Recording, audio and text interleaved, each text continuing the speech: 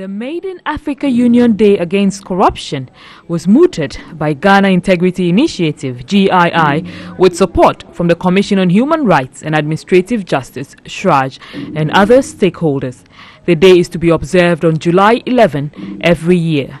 Deputy Chief of Staff Samuel Jinapor argued that anti-graft institutions should not have to depend on government budgetary allocation.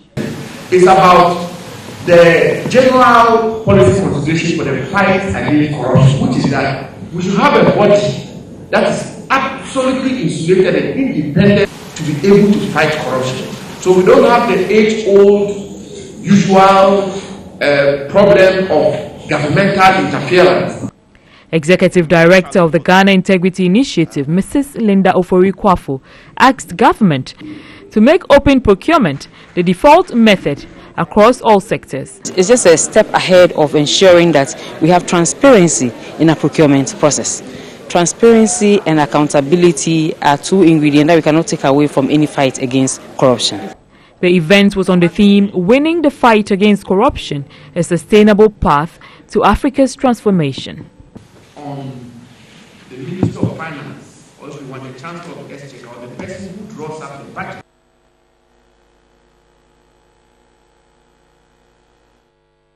Now, Member of Parliament for Dafiaba Busie Issa says the current pressure on the country's hospitals could be related to the growing population. Dr. Sebastian Sandari urged that family planning commodities be included in the National Health Scheme to enable couples afford them to help reduce the population size.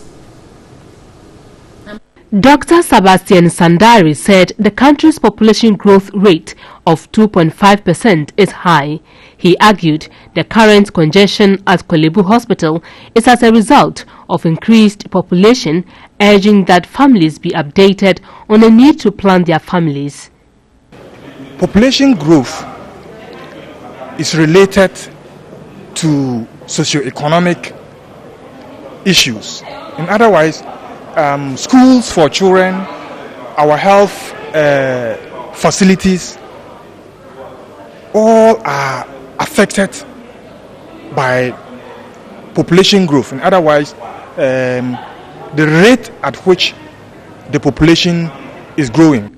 He advocated the need for family planning commodities to be captured in the National Health Insurance Scheme, because there's no point educating women and men to take up family planning methods when they cannot afford those very methods. MP for Hemang Lower Denchira, Bright Rekubrobe, also urged the citizenry to be sensitized on childbirth options. We cannot detach the issue of culture, our culture, from birth control or population growth. We are in a country where some parts of Ghana, when you give birth and you hit the 10th child, you are hailed. Indeed, in some places, you have a ram, which is slaughtered for you. Still in Parliament, the Legal Aid Commission bill has been passed, awaiting presidential assent. The bill is to help provide legal aid and other legal services to individuals, particularly the poor and vulnerable, in accordance with the Constitution. The bill seeks to provide workable guidelines to access legal aid.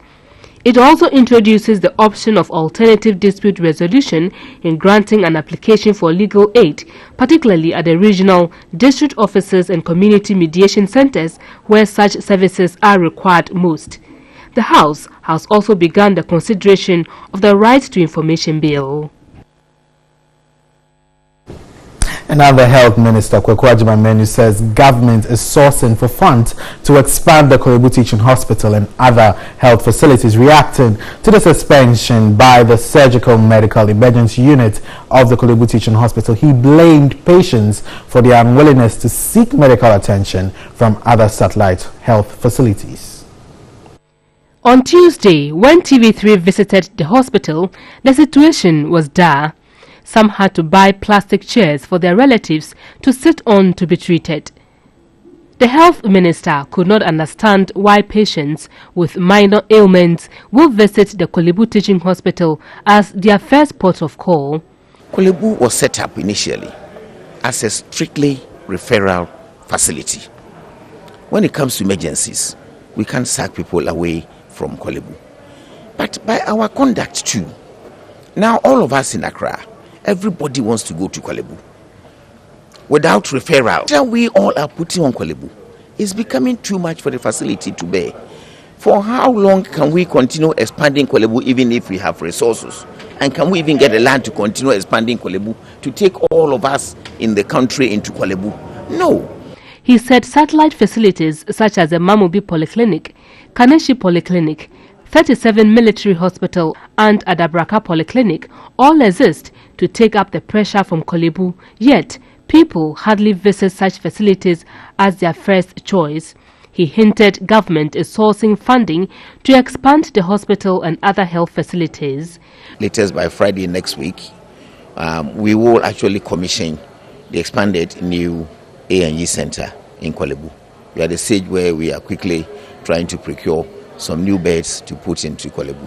But the problem, we will insist, and the technical people are telling me, it's not just the quantity of beds that we have in our facilities, but some aspect of bed management issue, and we are addressing that. Reacting to the Sontreso Hospital where a woman and her unborn baby died due to alleged negligence and demand for 500 cedis as doctor's fee, the minister said he is yet to receive report from authorities. So I've just commissioned Ghana Health Service to give me a report into that matter. When we haven't got input from those who were on site, it will be difficult for me to respond to anything. Meanwhile, the committee set up to investigate the no-bed syndrome is yet to present its report. The health minister said they have up to this Friday to present its report. Meanwhile, MP for Dafiama Issa, Dr. Sebastian Sandari, has blamed the current health challenges on lack of political will. We can do it if we make health our priority. I mean, there are so many health facilities that we can build capacity, and we advocate for building capacity at the periphery level. What is it at Korle Bu that every patient wants to go to Korle Bu? Is it a specialist? What is it? Can we build capacities at some of the peripheral facilities? Rich Hospital, Tema Hospital. Let's build capacity, send specialists there, send more beds there, build more hospitals. Just by us, the University of Ghana Medical Center is there, and we have to take proactive measures, address the health care system adequately.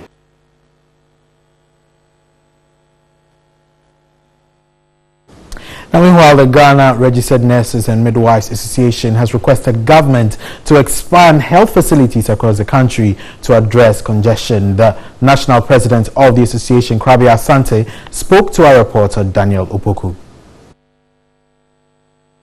The move, according to the management of the hospital, is part of measures to decongest the facility after overcrowding of patients has made it difficult for doctors to work at the unit.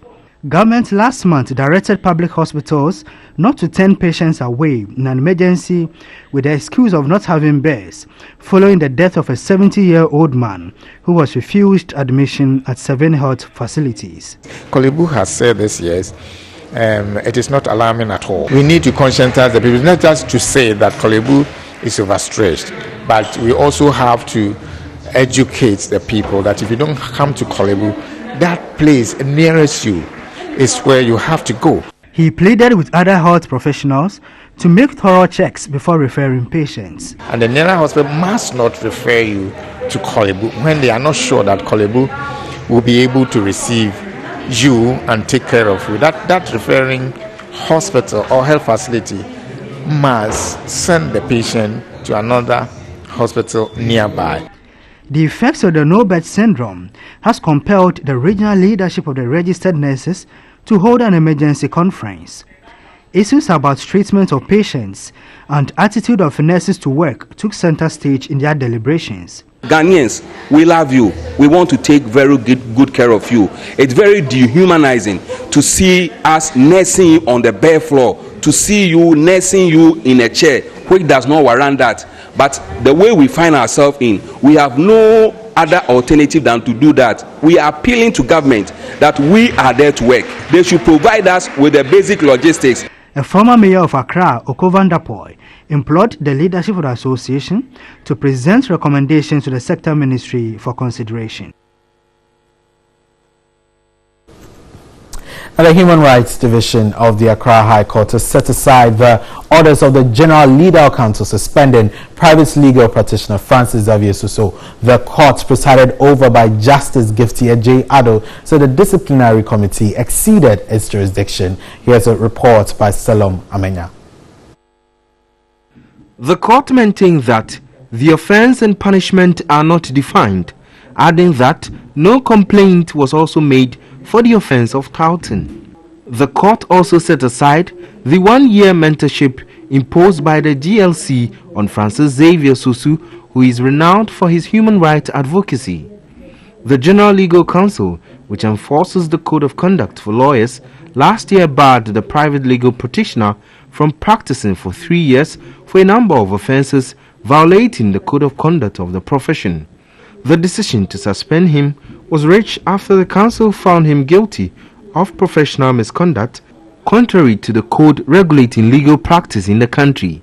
Francis Xavier Susu filed an application seeking judicial review on November 3, 2017. The Supreme Court has dismissed an application challenging the eligibility of the Attorney General to represent the Finance Minister Ken Ofori-Atta in a case against him for failing to declare his assets before taking office. The court, presided over by a sole judge, Justice Gabriel Puaman, was of the view any contrary opinion must be appropriately filed using relevant constitutional provision. The court's decision followed an objection by lawyers of the Commission on Human Rights and Administrative Justice (SHRAJ), who questioned the legality of the AG representing the minister, since asset declaration is a private matter. Pressure Group Dynamic Youth Organization of Ghana (DIMOG) sued the minister at the Supreme Court, praying that SHRAJ is compelled to impose sanctions on the minister for failing to declare all his assets. SHRAJ was also added as a defendant in court. The suit by DIMOG was after SHRAJ ruled that the finance minister did not breach the laws on conflict of interest despite failing to declare all his assets before taking office. SHRAJ, in its judgment in a case brought by Ashanti Regional Youth Organizer of the opposition NDC, observed that Ken Ofori-Atta failed to declare his shareholding interest in Databank Brokerage Limited and Databank Financial Holdings Limited before taking office. But in an interesting twist in June, lawyers of SHRAJ challenged the capacity of the AG to represent the minister in the case. Now, the Accra Metropolitan Chief Executive Mohammed Ajay Soa has directed the Okankwe Municipal Assembly to raid the median at the La Paz session of the N1 Highway of Traders to pave way for enhancement work along the stretch. In February, TV3's Portia Gabo filed an exclusive report, Dangerous Highway, which highlighted the danger road users are exposed to on the stretch.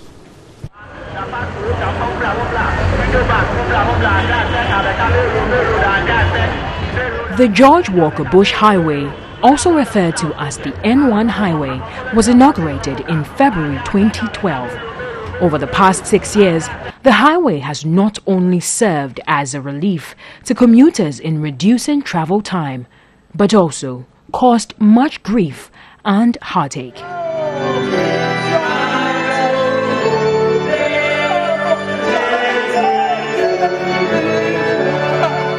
In response to the concerns raised following the maiming and loss of many lives along the stretch, the Accra Metropolitan Assembly, in collaboration with Bloomberg Philanthropies Initiative for Global Road Safety and the Ghana Highway Authority, has commenced road safety work at the La Paz intersection. La Paz construction and changes is based on sound evidence analysis of the risk that are around the intersection. And we have a number of experts who actually worked on designing and defining what needs to be done for La Paz. And they will be starting, and today was the commissioning of that start of building the project. Data from the police reveals 70% of road traffic fatalities in the metropolis between 2011 and 2015 involved pedestrians, with 15% of all road fatalities in Accra occurring on the N1 corridor. We need to step up on the enforcement of the road traffic regulations, which of course that's what we are doing. I've indicated to you that we've provided enough logistics to the MTTD and our Metro Gas to step up the enforcement of it. But we have not provided the pedestrian walkway, so we can't just say that the pedestrians will be using alternative routes. Let's provide it and ensure that people do it. That is the best thing I think that we should be doing. The Tesano MTTD commander, DSP Francis Abuaje, cautioned against breaching road traffic regulations. Somebody, instead of him to get to the station, the person will not do it, but rather try to park at the bus stop and soliciting for passengers. Traffic lights are there to monitor every activities of. If I want to cross, I should observe the traffic. Because if you cross and something happens, I'm not going to leave you for a driver knocking you down. You, the president, you also have a case to answer. So Ghanaians, we should all conform to the standard. The project will include increasing pedestrian signals or crossing time and remarking crossings and pavements. Now, heads of management units in the public service will be surcharged and prosecuted if ghost names are found on their payroll. The Auditor General, Daniel Dumilevo, who made this known at a news conference, said the service would embark on special audit of public workers' payroll starting from the Central Region on June 17. Here's a report by Frederick Clarence Williams. The Ghana National Anti-Corruption Action Plan, NACAP, estimated that payroll fraud cost Ghana about 300 million cedis in 2015. There have been several efforts at ridding the payroll of public servants of ghost names. It is against this backdrop that the audit service served the notice. Take advantage of the provisions under the section 71 of his act, that is the Office of the Special Prosecutor Act, where you can come and say, look, I've seen. Forgive me my sin, I'll pay it. And maybe we may decide some interest that you should pay, and then you are out of that. Otherwise, if we get you ourselves, you by all means pay, but you also go for prosecution. And you may not find that very palatable. The Auditor General said reports on infractions have practically been the same, recommending a relook at our public service system to determine if it is really serving the interest of the public or not. In the course of this exercise, if we should find ghost names or names of people who should not be on the payroll, I will activate my constitutional mandate and Article 187 Clause 7 to disallow the expenditure, and on whoever's payroll we find the ghost names, we will surcharge the person. So I'll disallow and surcharge the headmaster, the head of the hospital, or any government department where we find ghost name on your payroll. The Special Prosecutor, Martin Amidu, said his office will depart from the procedure where the Auditor General submits its report to Parliament. It is discussed and ends there. Until the complete report, they should notify me, as long as it relates to a corruption or a corruption-related offense, so that I can begin the investigation, taking caution statements, building the prosecution docket. So by the time the annual audit report is going to Parliament, prosecution dockets are ready for examination by my office, and then those who are found to be liable, we will decide to prosecute them. He said his office does not deal with petitions only, but requires detailed investigation to enhance prosecution. I want the public to be clear in its mind that my office does not deal only with petitions. My office can initiate in order to prevent, in order to investigate, for the purpose of prosecution and recovery of assets. So those who have had the misconception that our job is to wait for petitions should disabuse. Otherwise, I would have been waiting for the Auditor General to send me a petition before I'm here. That's it for the news for this morning. Newday returns shortly after the break.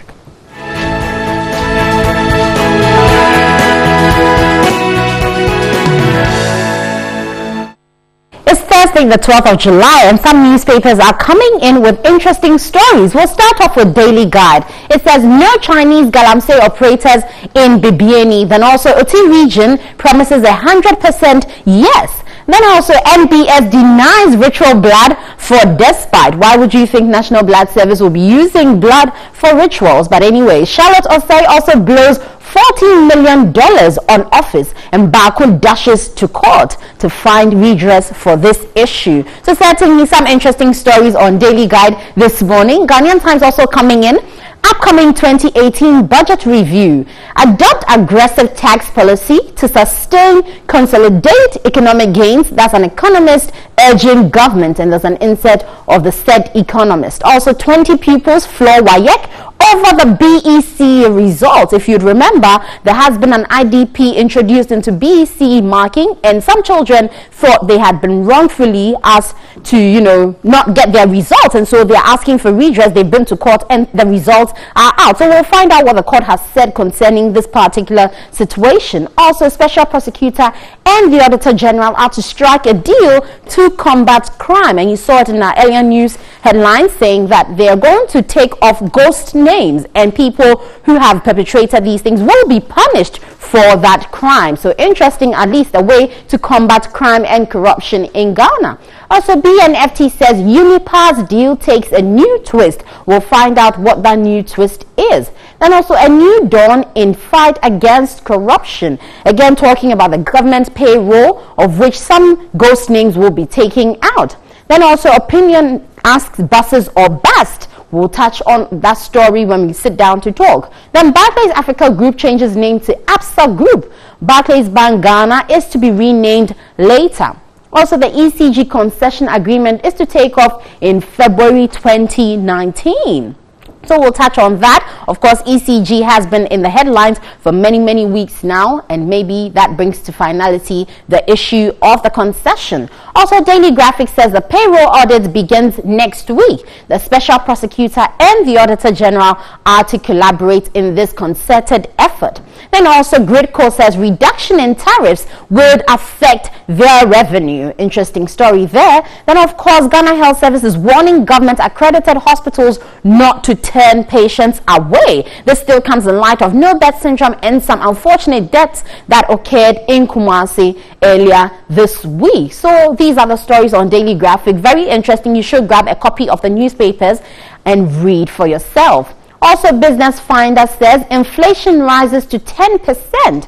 Then also 14.4 billion Ghana cedi ECG has liabilities of 7.6 billion Ghana cedis. Losses hit 796 million cedis at the end of 2017. And there's an insert of the Minister of Energy. Also, the court dismisses injunction motion filed against Kelny GVG contract. Then also T-bills investments have dropped to 16.8%. So of course, these are the stories on the headlines of our newspapers. Well, I'm very interested in this story on the Ghanaian Times, page 15, the WAEC story. When WAEC started this thing, they called the item differential profile software. That suggests that I'm writing an exam with you. When my answer sheet is looked at, and what I have written, I don't know whether what I've written or ticked as answers shows that the same as what you have done, then it means that we colluded. Okay, when WAEC announced this thing first, I remember I was trying to find out from WAEC. I mean, how is that possible? Right. So that this is a set of answers, and assuming that you know the correct answer, I know the correct answer. So we keep taking the right answers, And then WAEC goes to sit down and suggest that because our answers are the same and we got it right, we colluded. Exactly. And they cancelled results of some students. So for me, it is good news. If you read the story, an Accra High Court, an Accra Human Rights Court has asked WAEC to quickly release the results of these students who they are from A to Z preparatory school here. I'm sure it's in Accra. 30 days to release the results, because the court says that you cannot use that to say that the students colluded. Right. If you read the story, the court is simply saying that WAEC should have gone ahead to investigate, to prove that indeed the students copied each other. But to use this, whatever they call it, IDP test, and say that there's collusion and so cancel results of people, I think WAEC should take another. I am trying to read a sort of, if WAEC, the court also ordered WAEC perhaps not to go ahead to use this thing again, but I'm sure WAEC themselves will take a cue from it and perhaps find another way of investigating alleged collusion in exam rooms. I agree, right. And when it came up, we spoke about it and we even asked questions. We were hoping that WAEC would have addressed it before it came to this, because, I mean, based on what? These are multiple choice questions. They're not even questions that you have to actually write comprehensive and detailed information, so that you could say, because your wording is the same, then maybe someone whispered it to you and you wrote verbatim what the person said. But if it's multiple choice, based on what? And we asked again that would it be enough to just use the IDP? Fine, if the IDP gave you a certain gave you a certain pattern, would you then further go and look at where the children were seated, how were they paired, so that if we were next to each other, then maybe the propensity for us to have cheated or, you know, tried to the malpractices, then that's, you know, conclusive. But just by sitting in an office somewhere and seeing a pattern and concluding just on that, I thought, I mean, we all used our common knowledge to say that we didn't think it was right. And so I was very confused that WAEC will insist that based on that pattern they had picked, they were going to say these, you know, award these children. These children have been staying home because they are being serious. I think English specifically is one of the cores that we look at in order for you to advance in school.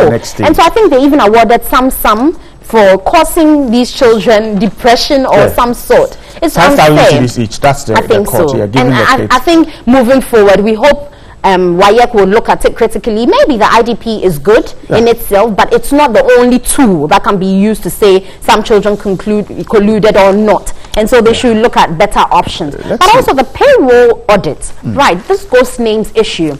I'm happy that we're going to, or we've heard that we're going to punish those the heads of institutions who allow these ghost names to be there, because it behoves on them to make sure that the people whose names are on the list are people who are there working and they, you know, deserve to be paid. But it's something that recurs year in, year out. And so I'm wondering if this new collaboration is going to change anything. We've seen the Auditor General himself do good, or we've seen better than previous years. And we've seen the Special Prosecutor come on so strong in that bid to curb corruption. So I'm hoping this collaboration would help. But I hope it's not just talk. I hope that really they can put in systems and checks to make sure that first of all they find out who is doing this, and secondly they punish the people for doing so. I have always said that when our attempts at fighting corruption would need to start from somewhere. I was not too happy when the Special Prosecutor started people going to him, and they were in the media talk about him investigating certain people. Okay, I am saying that when you want to solve a problem, what you do, okay, is that first of all you touch the ones that you can quickly or immediately get to it. What I would prefer to call the low-hanging fruits. We want to fight corruption. Okay, how do we start? Should we go ahead and be investigating the ones that are huge and we don't even have evidence yet? Or we should start from the ones that we have the evidence, what I call the low-hanging fruits. They are there. I mean, you just walk, you plug them and then you go. The Auditor General report is there. People have been mentioned. The report every year comes out. Names are there. Public officials, either they may supply some funding here and there. Those ones will have the evidence. So if we start from there, then we'll be seen to be doing something. It is good news. The special prosecutor and the auditor general teaming up. Great staff. Let's go in there, deal with the people. And if you heard the auditor general on TV, so he said that, well, if you think that you have done anything wrong, just come to us. Right. Okay, we will ask you to pay back the money, and you get a lighter sanction. Right. So for me, it's a good start, and that's how we should start. Instead of thinking that we can fight corruption by fighting crimes that we cannot even establish wrongdoing in the next 10 years or so. So kudos to the Auditor General and the Special Prosecutor. Let's hope that we'll get something, and this payroll thing would stop. We need the money to build the hospitals. Yesterday we were at the UGMC, I told you, and all things being equal, on 18th of July 2018. That's some 6 days away. Some 6 days away. The University of Ghana Medical School will start. I mean, I am sure I saw the commitment, because if you have all the 3 health ministers, Mr. Hajimamenu himself, his 2 deputies, Ante Tina and then Abuajiji do there. The information minister was there, his deputy was there. It tells you, the chairman of the IMC, the management committee that will run the facility, was also there. So it tells you the commitment that this time on Wednesday we'll see the facility open. We're told that not every department will work, but pharmacy will start, laundry will start, I don't know, we call it house cleaning, or yes, will start, administration will start, HR will start. So kudos to the team. We'll very soon see the facility working, and then maybe when we can make some dollars. That's what the well, we hope so. But also, Shraj has been saying that the Special Prosecutor's Office is not fully resourced to be able to start work. Of course, this is something we've all heard in the news many times, but we hope that they'll be, resourced enough to start. But we've seen the Special Prosecutor teaming up with the Auditor General to start something. So we hope that is in the right direction. We hope that it wouldn't be forestalled, because, again, he doesn't have the resources to start working. We certainly hope that the Office of the Special Prosecutor will be giving all the resources they need, be it financial, be it the staff, the human resource they need, the documents, whatever it is, so that they can work. Because what point would it be to have an office without someone being able to start work now? Anyway, Brian, what's your thought on that? I mean, the fact that an office has been, set up, but there's no funding, and yet they're supposed to work. Well, you can always, you cannot rule out what particularly our governments, and I don't mean this government, but our governments go through in resourcing entities that they set up.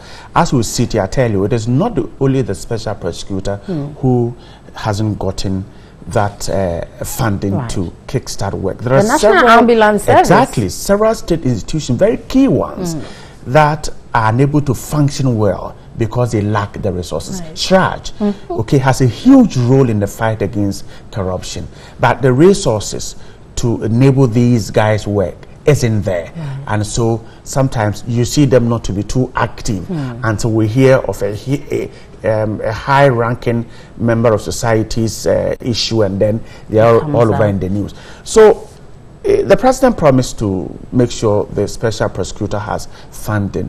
Let us hope and pray that as the economy gets better, we're told that it will get better because the foundations have been laid, and we're hoping that when the economy gets better and the resources start coming in, it will be one of the areas that the government will take a look at. He needs the resources to work with. If he doesn't have it, all the efforts we're making in fighting corruption will come to naught. Let's hope that he gets the resources he needs to fight corruption. Anyway, there have also been talks about an independent body funding the Special Prosecutor. This and all many other issues. That one, I think that the Deputy Chief of Staff will need to come again. Look, an independent, who is independent anyway? Exactly. Funding the Special Prosecutor? How do you fight corruption with that? But anyway, let's step out on the streets and see what she has to say as you rant with Eric from the Western region. Procurement Act. Ghanaians were ecstatic that for once the issue of corruption will be dealt with decisively. This is irrespective of the fact that we already had the Attorney General's office, we had Iyoko, and we had Shraj. The Commissioner of Shraj, Joseph Wetzel, has disclosed that the office is heavily under-resourced. There's no budget for the office, and also their staff strength is woefully inadequate. This morning on Daily Rant, we want to find out, in the absence of these accoutrements, how will the office of the special prosecutor be able to carry out its duties effectively? This is the Daily Rant. Since government or a successful government, no government be able to resource every single institution fully. Because actually, national cake, 70% goes to payment of wages. In Kenya, education, whether we like it or not, some of these institutions, will suffer as a result of trying to set up office to fight against corruption. So it's not a new thing. What we under the NDC era, Shraj boss, not the hotel, and it was a ground for her removal from office.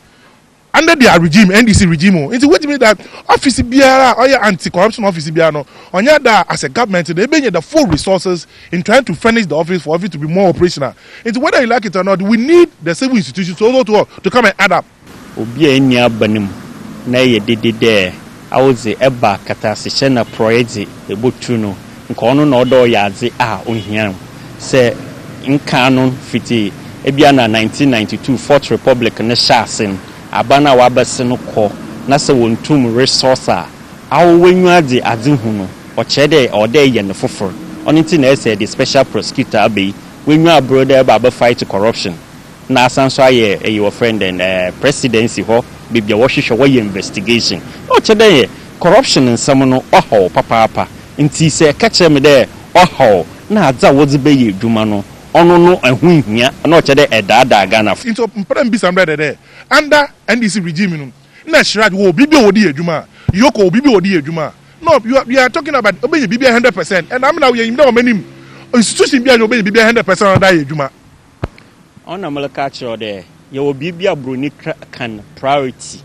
adza ohia no ono na eye ne first na nsanyare miminde ya wa besini aban mo ohian nye de wo baba ye won party ade wo yisika wodo wetuma akọ bank wakọbọ besia na wetuma ato cars enyo nche ne de Ghana for the yende Ghana for ada na nka betuma aka de oyeyi obi ni interest nto ne etuma akọbọ besia therefore mamba kanye de se aban no feel de nyen Ghana for ya deda nti obotuma ye mo obeye bi oye wa aka kansama a che de ono de oye ne priority na mum so the special prosecutor kwa by now nka the board nimpo was setting up by now nka why recruitment for the various positions on here under the special prosecutor by now nka first case why adwuma menu Eric and the special prosecutor act in chain there busume ba se biara odo for daily paper daily graphic Times Spectator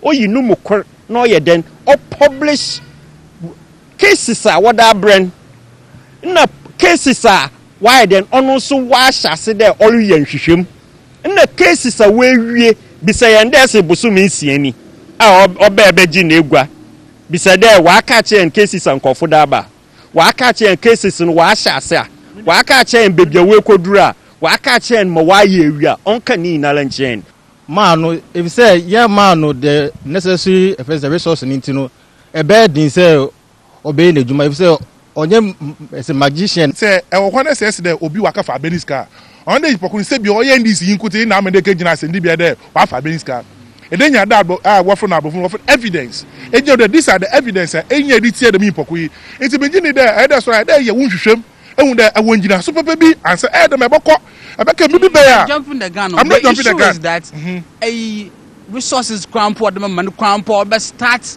investigation crampo on you. How does it start there? Me tell papa no. He was speaking generic. Onya do look at that. You see, Matinami do ye bia, Sir President appointed Wakas, what's there? This man has the independence of character. Onyo bia sebio te fache, nebotum, akata so ane e controlling. Sir, bibi nyu a Matami di be juma. Trust me, this man will come out with his episodes. Our chow the bar. The man was speaking generic. You see, a police for and the NDC were more on car. They complain they don't have resources. And the MPP one car. They complain they don't have. It's resources are there. Anti-corruption agency. They will need it on daily basis. Special prosecutor, Miss One, you want to bear no.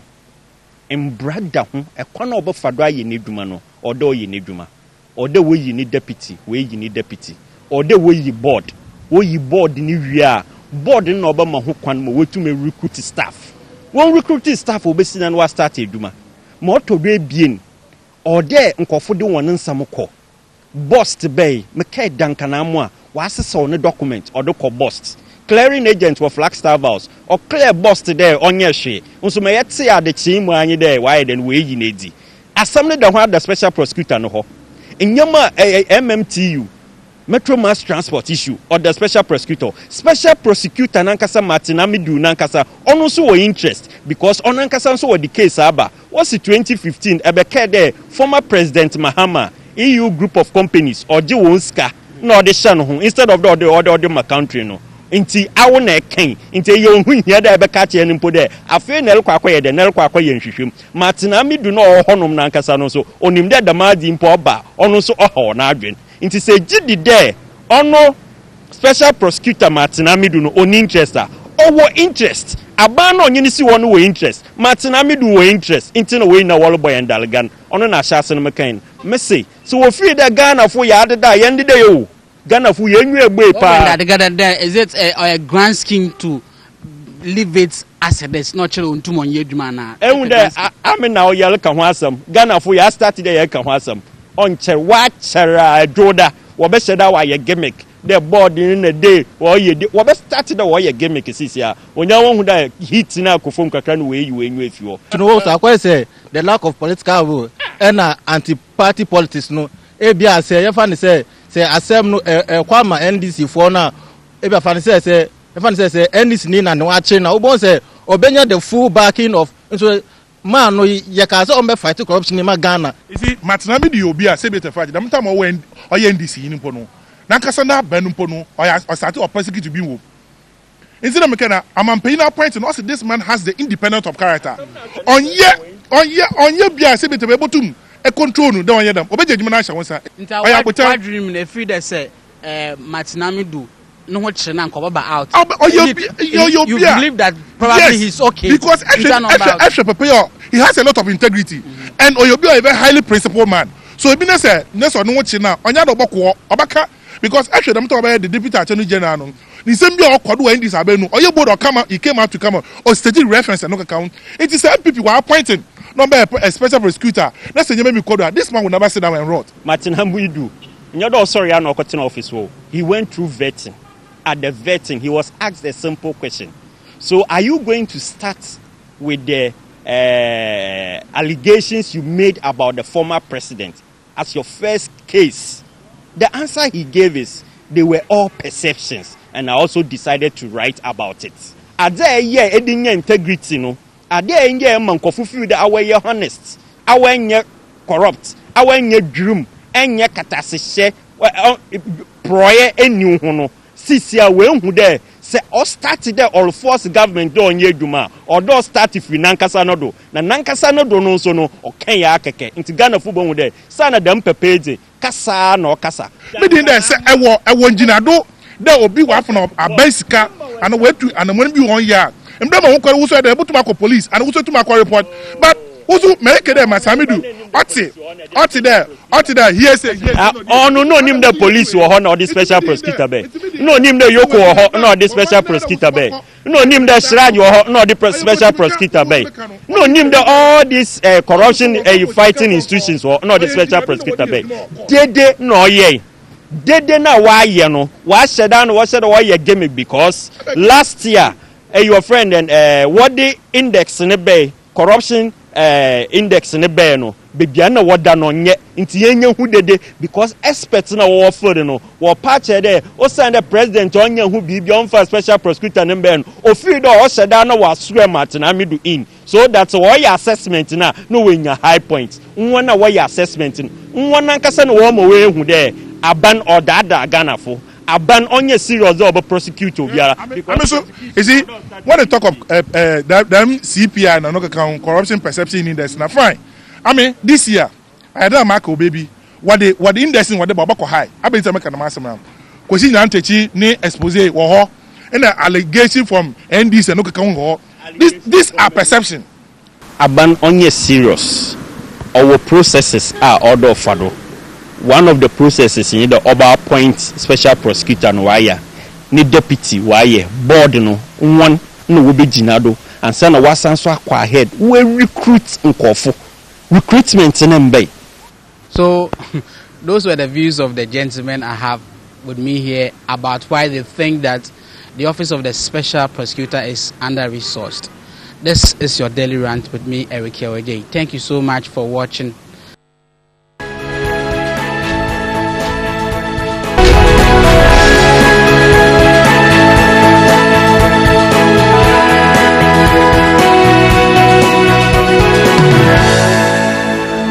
Right, and I guess you have seen the newspapers already. The front pages are exciting this morning. The upcoming 2018 budget gets some ink on the Ghanaian Times.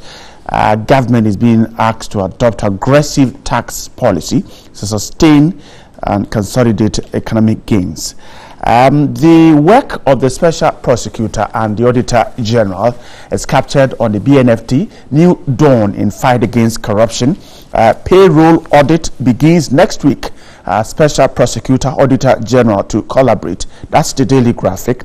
And the Times put it, SPAG strike deal to combat crime. That story also gets some ink on the Finder and other newspapers. Now, my guest this morning to do the talking, the Greater Accra Regional Chairman of the NDC, Mr. Ade Koka, is here. Good morning. Good morning, Hope you're doing great. By His grace.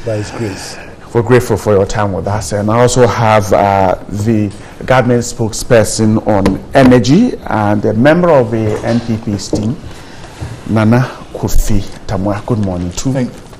Grateful for your time with us.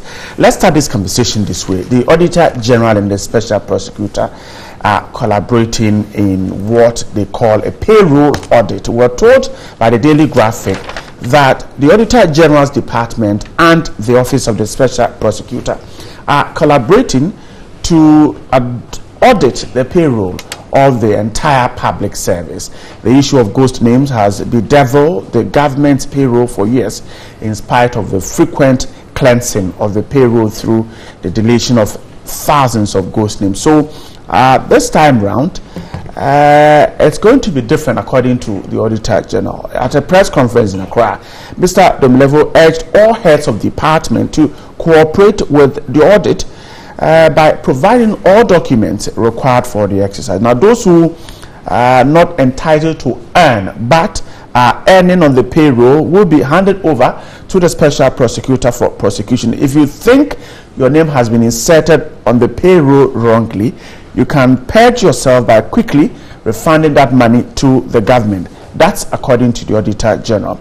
He again warned that heads of departments would be held accountable for ghost names on their payrolls. He accordingly urged them to do the needful by cleansing their payrolls and refunding the money wrongfully paid to the government chest if they did not want to be caught in the web. The Special Prosecutor who made an input there also urged the department to notify the Office of the Special Prosecutor before annual audit reports were completed so that the office could investigate. And like he said, his job as a Special Prosecutor was to prevent, investigate, prosecute, recover assets and process of corruption and corruption-related issues, for which reason there was no need for him to wait for complaints before investigating corruption-related issues. So that's a story also captured by the BNFT and the Ghanaian Times. Now let me start this conversation with you. Perhaps this is something that we've been waiting for a very long time, trying to tackle corruption. This certainly is commendable. Most definitely. Let me say good morning to you and to your listeners as well, to your viewers. It's one of the most commendable things that have happened, and I'm happy that this is happening under the government of His Excellency, the President Nana Addo Dankwa Akufo-Addo. What you can see is that you have a very activist Auditor General who is beginning to ensure that the frontiers of his work are expanded to, as much as possible, try and occupy the full extent of the powers that have been granted him under his enabling act. That is something that we must all commend. Ever since the appointment of Mr. Domelovo, we've seen quite a number of very significant changes occurring at the Auditor General's office, and that is key. What we also have is the Office of the Special Prosecutor, which, as you all know, was a promise that was made by the New Patriotic Party, and we have actually taken action on it and given it meaning. And so now you're seeing two state agencies collaborating effectively to ensure that corruption, at least in the public sector as regards payroll, is dealt with.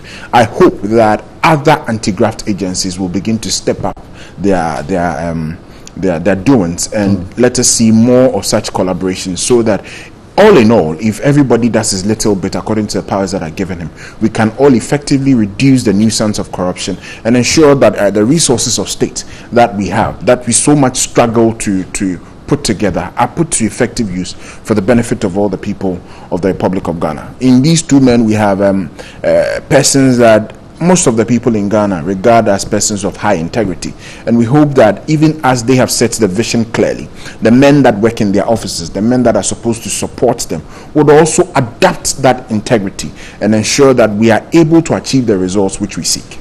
I see. Mr. Adekoka, so in fighting corruption, perhaps we're beginning right when we start from here, where the evidence is already there, so that we can begin to get these persons to be held accountable for what they do. But let me say good morning to yourself and my brother here, and all NDC functionaries this morning who have been given life to live, and also especially the founder and President John Mahama. I wish them a good morning today. Well, right, this payroll saga, let me say payroll saga, has been with us for a very long time. Every government that has come has made the effort of trying to cleanse the system. Why do we get people having their names twice, 3 times on the system? It means there's a system failure. That is where we should first look at the system. If you are employed and you are transferred, or you leave your employment, what should the system do? Has somebody been employed at where the payroll data is, to ensure that once the person has left the employment, once the person has been employed, his or her name is properly deleted or inserted? This is the question. It seems that the system, all this boils down to system failure. I mean, if the systems are working, you don't need the special prosecutor or the Auditor General to come in. We've heard these stories severally. I mean, the last time we were told that payment were going to be through electronic system, you know, a few months ago, a few years ago, a month ago, there was an internal audit where every public sector worker was asked to bring a passport and go and do biometric, you know. So are we going back, or we take two steps forward, or 1 step forward and then 2 steps backwards? You know, this has been for a very long time. So to me, I don't think it's anything new. I don't think it's anything that we should hanker about, because it's been with us so many years. So until the system is sanitized, that people are alive to their job, those who do the employment, those who are the accountant general, those who are in the various departments, you know that Brett has been employed. Brett is given an employment letter. He has to go in the system. Brett has been transferred. When he's being transferred, where does the letter go? When he's leaving his employment, the letter are discharging him. Who gets the copy to act? Right? Delete his exactly. So it's the system failure. The system that we are having over the years we've been complaining, it's not working. And so we every morning we have these huge headlines, and when you start reading it, you end up by tomorrow this will go to the back burner. Another thing will happen, we don't know what. And this is what we do to ourselves every day. We stand at the rooftop and shout. And at the end of the day, nothing. This is not the first time that you've heard that. I remember there was something of that nature. Exactly. But the special prosecutor and the Auditor General come together and issue these warnings. You think that is not? Do you need to? I'm sure every department knows the number of people who are working there, right? And if there's excess payment, the accounts department, don't they prepare vouchers before payment is done?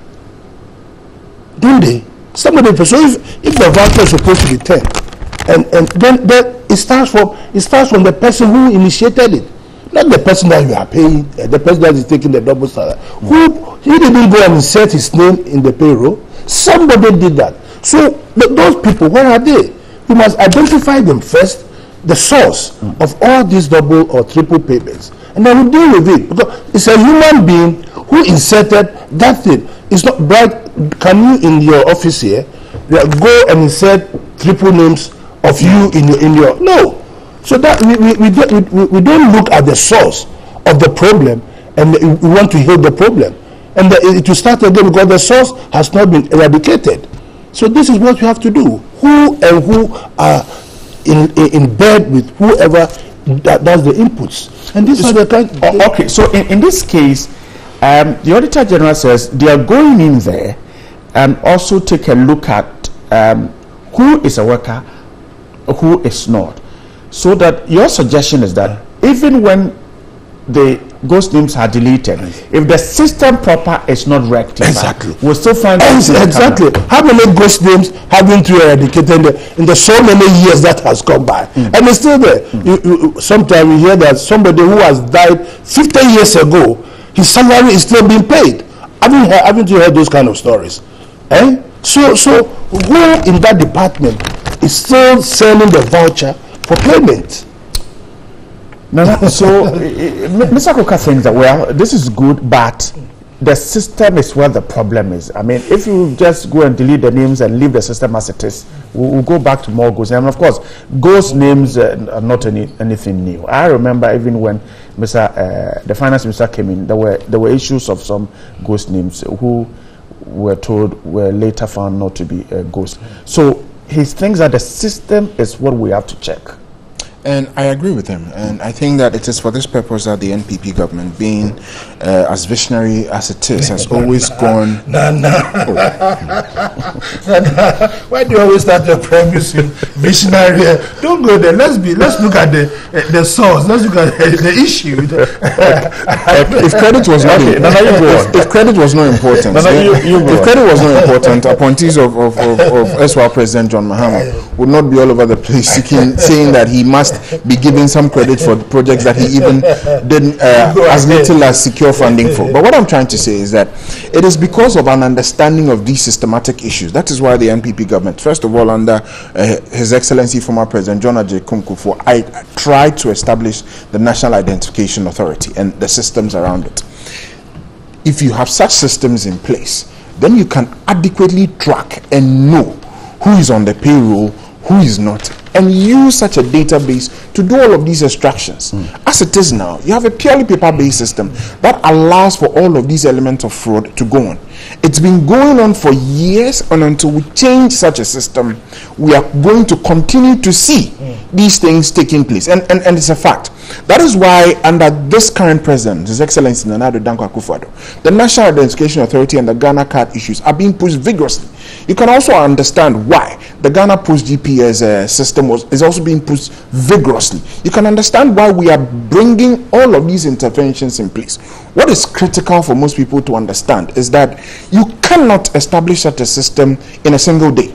There are various parts of it and there are moving cycles. We have launched the Ghana Post GPS app. We are gathering data on that. We are now moving on to the Ghana card, trying to get as many people as possible to enroll on it. And bit by bit, as the various parts of it are put in place, one day you wake up to realize that all of a sudden we have a mechanism that is good enough to ensure that ghost names can be cleared off, and not only cleared off the payroll of government, but also kept off the payroll of government. It is unfortunate, therefore, that our friends in the NDC, particularly in the minority, do not see the vision that has been laid out, and so are complaining about some of the mechanisms that are being employed to ensure that we are able to have such a clean system that will save Ghana millions and millions of Ghana cedis moving forward. But we hope that as the conversation goes on and as the dialogue continues, they will come to realize that there are specific reasons why things are being done the way they are.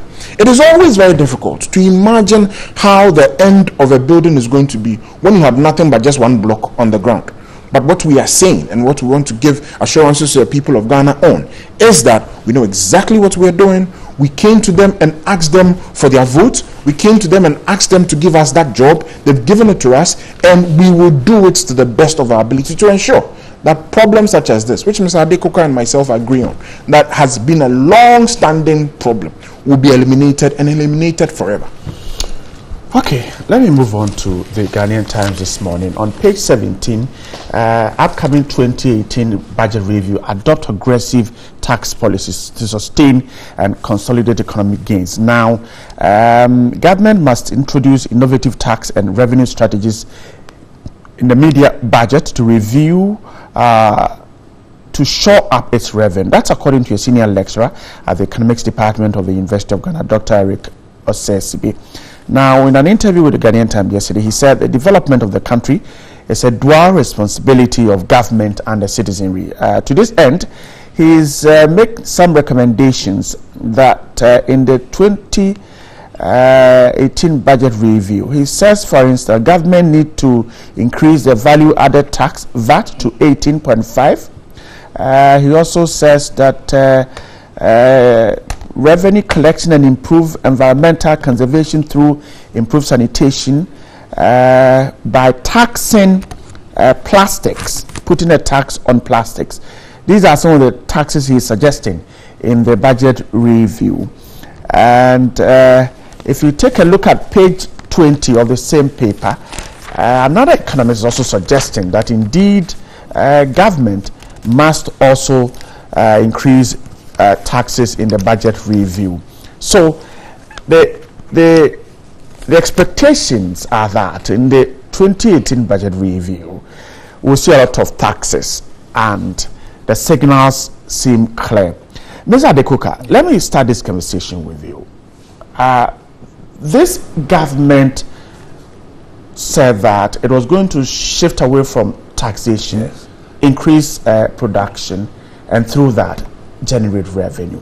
Now, there are calls on the government to increase taxation in order to support the gains that has been made so far. What kind of opposition do you expect government to receive when the 2018 media budget is review budget is read? Brad, you just started asking the questions that you have asked.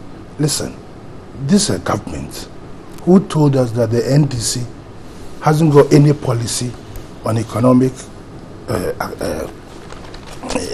the nation's economy, but only taxing. Everywhere, everything we do, we remember at a certain stage, we tax even cutlasses, and it has to be removed because they said we should find innovative ways of raising revenue rather than taxing. Here we are. And they fought the election on the premise that when they come, the first that they're going to cut all the taxes that they think they are nuisance tax and God knows what. Some have been done. Which ones have been done? There are several taxes. I don't know. Tell me. Oh, okay. The taxes that they promised that they were going to knock. When you go to Abu Sokai, they promised them to reduce the taxes there. Go and ask the people of Abu Sokai whether it's been done. And now the economists are saying the government. You see, this is something that you throw into the system because that is what government wants to do. So if government wants to do, he will get somebody somewhere, like the economist speaking, to throw that into the system, so that me and you will come and debate it, and government will say, well, this is what we should do, and then so this is a ruse. Government knows that his revenue targets has not been met, and you cannot squeeze water from stone. Where you have a situation where there's mass unemployment, because if people are in gainful employment, the revenue or the tax net will be widened. What you need to do is to widen the tax net, but not to add more burden onto the people. Now, if you go to the ports, go and look at on the high seas, you've seen all these ships just stuck there because people are not able to clear the goods that they have because of the taxes that have been imposed on them, and they keep on crying. So even the midterm, you are going to add more taxes to what is already there, then I'm telling you, me and you and everybody, we are dead. Because these are governments who says they are coming to reduce taxes. So for me, this is neither here nor there. It is something that they promised that they were going to do, and they cannot come back to us this day and tell us that they are going to increase taxes and have people telling them to do that. Look, it is the system now as we are. People are suffering. The burden is too hard to carry. So to go and add more taxes, I'm sure the people of this country will not accept. I see. Let me ask Nana. So government is seeking to raise about 2.9 billion cedis through, we're told, new taxes. How is government going to convince the people on the back that it told us earlier that production was what it will focus on to generate revenue? Okay, so I think that there's a lot of confusion, based on what I've heard from Mr. Adekoka, and we need to first of all clear those things up and make people understand exactly what the matter is. The imposition of taxes that this government spoke of when it was in opposition was about what we called nuisance taxes, and these were clear. Right. Very clear. Now, there are certain types. Taxes are used for a variety of means. First of all, to raise revenue, but also, to determine behaviors of individuals and the country in trying to encourage either some behavior or discourage some other behaviors as well. So, for example, when it comes to alcoholic consumption of alcoholic drinks, governments sometimes do impose prohibitive taxes on it to make it quite a little bit more expensive, so that more and more people, reduce the consumption of alcoholic materials, so that the health of the nation in general is protected.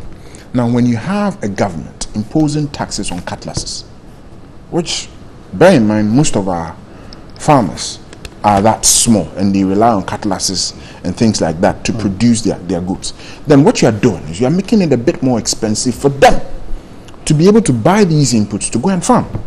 If you impose taxes on agricultural inputs, among others, what you are doing is you are prohibiting them. You are making it more expensive. What it would therefore do is that it would run off into inflationary trends, because the farmer would then pass on that cost in the food materials that we buy on the market. Invariably, it will increase everything across board. These were the things we branded as nuisance taxes. Again, I hear Mr. Adekoka when he says that people are crying in this country, things are difficult. If that is so, then it is a blessing that this government came into power, because under your government, so many taxes, more than 15 of them, which were imposed by your government, have been taken off. Come to the energy sector. I can tell you for a fact that, for example, excise taxes on petroleum products were taken off. We've also done a lot more in terms of reducing the special petroleum tax and others. So if today, as it stands, your argument is that the people of Ghana are suffering because of taxation, then it's a blessing that this NPP government is in place, because your government was imposing way more higher taxes than what exists today. What the current proposal is that, listen, for the last 1.5 years, we've been able to make some changes and take away some nuisance taxes. Bear in mind also that no new tax has been imposed. New taxes have not been imposed since this government came to power. If anything at all, rates of taxation have been reduced. Now, we've managed to translate that into a GDP growth that is more than twice what we saw.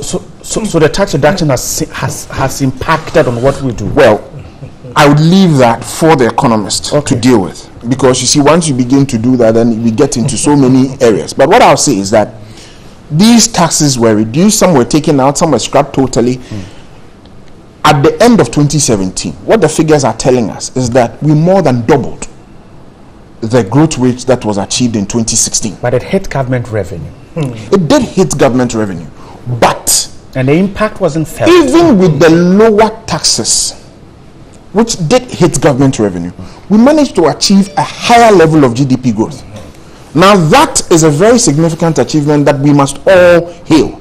The challenge now is we must be able to maintain or even go above that level of GDP growth, because bear in mind that GDP growth means that the economy is expanding, which means invariably, if we structure it very well, more jobs are being created and prosperity is being created. So to be able to maintain that, we are saying that yes, there are significant shortfalls in government revenue. So we must sit and find ways and means to collect more monies to ensure that national development at the rate at which it is going is maintained. We are yet to see what kind of proposals will come out from these deliberations. What is critical, however, is that a lot of people in this country today believe that yes, government must do something about revenue. And a lot of the conversation has been coming from the people themselves, encouraging government to take a step and find out how to collect more taxes from the people for national development.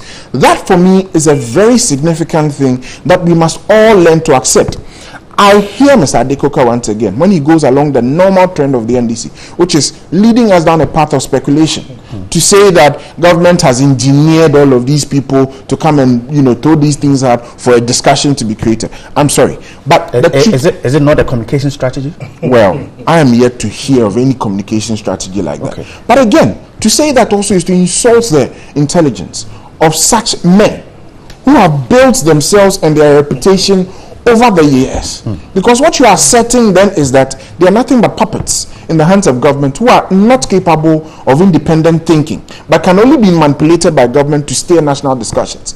In any case, even if that is the case, that they are being manipulated, the discussions we are having this morning, in which we are all accepting that government revenues need to be looked at again, how is that hurtful to our national development? Mr. Adekoka, I'll come to you, but would you be able to convince someone who believed when you said that we'll cut taxes and use production to generate revenue? If you're going to go back to taxes, how would you convince that person? Okay, so we said we're going to cut nuisance taxes. You said taxes. You said not taxes, yes. Have we cut the taxes? Well, some taxes have been cut. Okay, so what we did, what we promised, we have done. That's a clear thing. Okay. Now we are saying that, listen, there are some shortfalls that we need to find a way to engineer. I think it all depends on the proposal that will come forward. And believe you me, it is not a matter of the people of Ghana are stuck, they don't want to pay taxes. And so no matter what it is, no matter how obvious it is, the people of Ghana do not want to pay taxes. And unlike Mr. Adekoka and myself, not everybody is that political to the extent that they want to view everything within political lenses. There are people out there who clearly can see that this government is trying its best to ensure that Ghana is developed to the level that we promised, and are willing to give the government that slack and have us engage in conversations like this. What I am hoping for is a national discussion and a national consensus along, okay, clearly we need to do some things. How do we do it? What is the best method of doing it? And I must congratulate the professor, I've forgotten his name again, for starting. Thank you for starting these discussions. What is obvious, what we are beginning to see is that they have made their proposals. I would have been very happy to hear the NDC also come out and say, no, we do not agree with that. And based on our social mentality, we think that if taxes are going to be imposed, these taxes must be imposed in area A, B, and C. But the submission I have heard this morning, if I'm to be honest, is just a political thing. That does nothing to address the fundamental problem that we are talking about. I see. I'll come back to you. Mr. Adekoka, so that's the explanation. Government needs revenue. Some taxes are being cut. And so we're hit, but we need to go back and so let's bring in more taxes. Right. My brother tells the government has reduced tax on petroleum. What's the price of gasoline today? They've reduced taxes. What's the price of gasoline today? It's not gone down. It's not gone down. It's not so the tax that you took off, what impacts? Please, when you're talking, don't tell me simplistic. When we're talking, making all those propaganda going about GDP expansion, go to the street and go and ask those who are whether they eat GDP. They don't eat GDP. They don't eat GDP. They buy petrol just like you buy petrol. With all the taxes that you said you have reduced, go to Abosokan. Actually, admit I buy petrol. Go to Abosokan and go and ask them whether any tax. Go and ask the other Ghanaian whether the taxes that you have reduced has made any impact on their lives. That's what we are talking about. And now you are telling me that Ghanaians will be happy for you to impose more taxes on them. Where people, your revenue, you can rake in a lot of revenue. If people are in employment, if the government is working, in the sense that government It's a government is the largest employer in a third world country.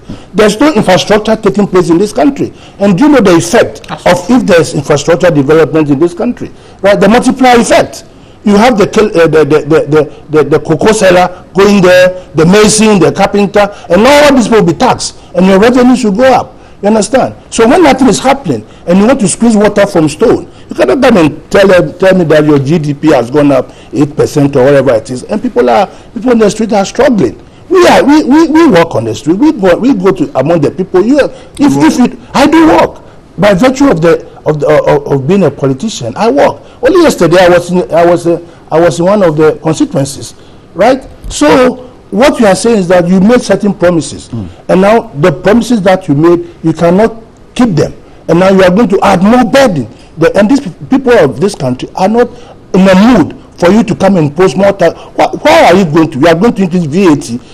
Remember when we first brought VAT, they went on demonstration and said, no, today they asked you to increase VAT to 18.5%, and you are talking about what?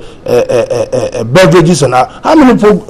You can afford to drink whiskey. You are talking about the ordinary man on the street who cannot afford to buy even a dingo bitters. I don't that's what I'm talking about. What are you going to take? What you are talking about is for a dingo bitters. They can't even buy a dingo bitters. Whatever you call it. Whatever you call it. You understand? So let's be serious. I mean, my brother, where we are going, where the government is going now, you have to, like you said, you have to sit down and have a serious discourse about how the way forward and stop this propaganda that you want to tell us or tout GDP and those kind of things. The people out there are crying, no jobs, and you came and said that within a certain period of time you are going to do one district, one factory. All those things you have not been able to do it. You keep telling us that you've got plans that has been vetted, and that's what all that you come to tell us. Nothing is happening. So please, we must go back and think again. And next time when you are in opposition, find yourself in opposition, don't come and promise the people of this country the moon, and then when you come, you want to give them the sun. Let's take a look at this. But Kofi, before you go, is it, for instance, in convincing the public about new tax proposals, should government give us a thorough understanding of where the attempt at industrialization has got into, so that they can able understand that this is where we are before we become industrialized, so that we can generate revenue? We need to support government with taxes, because Dr. Sibe is suggesting that raising revenue has become a dual responsibility: citizenry, government. Now, if we are told that this is where the industrialization process has got into, but before we hit the roof, we must support with taxes, then perhaps we'll be able to understand. So, as you're saying, it has to do with the communication of how it is done and how it is achieved. And I would want to wait for the finance minister to go to parliament, because bear in mind the fact that he's not just going there to go and make proposals for tax changes. Right. He's actually supposed to give a mid-year review of our economic situation at the moment, so that based on that, then we can have, some facts to deal with the matters as you are proposing. But I repeat what I just said, and I'm amazed at the submission that I had, because you see, it goes to confirm what I just said earlier, that today I've heard Mr. Adekoka refer to taxes as burden. If that is the case, then the burden of the people of Ghana has been reduced. That's the first one. The second thing is that, listen, if indeed you are saying that despite the reduction of taxes on petroleum products, the prices of petroleum products have gone high, then indeed the people of Ghana are grateful to this government. Why? When you were in power, petroleum prices were prices of petroleum products were generally ranging around the $30 to $40 mark. Today, where are we? We've gone as high as $70. Has the prices of petroleum products in this country doubled? No, it hasn't. So some measures have been deployed to ensure that it has been held back, despite the significant rises that have come. So if you refer to taxes as burdens, and you are saying that it is deceit, it can only be through a very biased political lens that you say this. Because if not, let's bring back the excise taxes that have been taken off, and also go back to the original 17.5% on the special petroleum tax, and we'll see where petroleum prices will be in Ghana today. So all we are seeing is that this government has shown clearly, in line with the promises it made, that it has redeemed those promises as regards to taxes. We went and looked at the taxes that were inhibiting production. We've taken them off, and we've come back to look at the math. We've come back and allowed it to move. Bear in mind also the fact that we're having all of this discussion against a backdrop of reduction in electricity tariffs. Significant reduction in electricity tariffs. There are challenges here and there, but we are going ahead, first of all, to deal with the tariffs. What challenges are there? Some reports have been received, and significantly so, that the amount of reduction that was given is not being carried out thoroughly by the ECG. We've tasked the PURC to deal with it, and the PURC has also gone ahead to conduct its investigation, and we're continuing to work with the PURC to ensure that the people of Ghana face the full benefit, or get the full benefit of these things. With all of these things having been put in place, we believe that we have created quite a little bit of space. However, we need to consolidate those gains as we attempt to move forward into a higher space of economic development. How do we do that? It is that conversation that the finance minister is going to go to Parliament and spark. And I'll be very happy, again, let me say, that we move beyond our narrow political lenses and begin to look at the issues as they've been laid on the table for us to look at. Because, look, whatever be the case, it is clear that under NDC and as compared to the current NPP, rates of taxation are significantly lower than what it used to be. If today you say that the people of Ghana are undergoing hardship, then this government being in place at this time is a blessing. Because your government took things to the roof. And we must acknowledge those things so that the people of Ghana will begin to give more credibility to us as politicians.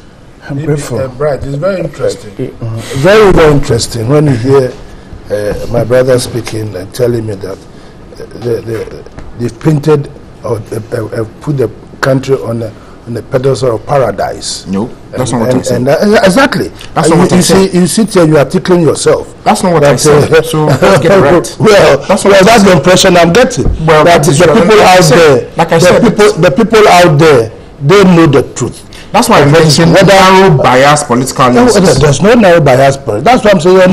Your narrow bias evidence that you are talking about implies that you've got utopia. Your government is providing milk and honey for the people. They just have to go and turn the pipe on, and then the milk and honey will be flowing. I never said this that. country at this particular moment in time, go out there. We are talking about the ordinary man on the street. You are touting of reducing taxes, and I'm saying, what impact those taxes that you reduce? What impact has it made on the people out there? And then you are coming back to add more. You reduce something, it should have made an impact, right? So that you reduce it more, so that the impact will be bigger. Now you are telling me that you've reduced taxes, the impact is there, but now you want to rake back that impact that your taxes has created. That's what you are telling me, because you have reduced the taxes, and now you want to break another level of taxation. So what have you achieved? Did you go or did you come? I thought by reducing the fare system, the next stage you are also going to reduce it further to touch your credence. But now you say no, let us add more, rake in more revenue. So what you've given the people, you are going to take it back from them. And that's what I'm trying to tell you. You are just tickling yourself, and you have done nothing. For the past 1.5, 2 years that you are in government, you've done that. There's no development going on. For 2 years? 1.5 years or so. There's no development going on. Government is the biggest employer in this country. Contractors have not been paid. If you reduce your taxes, contractors are threatening to go on strike. Look, so don't come and sit here and tickle yourself, please. Okay, let's take a quick break. When we come back, we'll take a look at what the Times has on the chairman of the NPP, Freddie Blaze. Stay right here.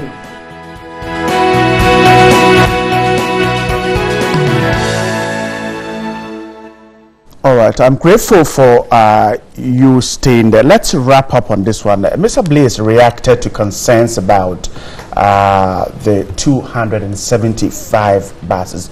The Times has a story. He says that I didn't single-handedly fund the buses. It is not me sitting here buying it. I'm doing it for the party as chairman with others. I informed the party officially about my decision to buy the buses. I informed the steering committee.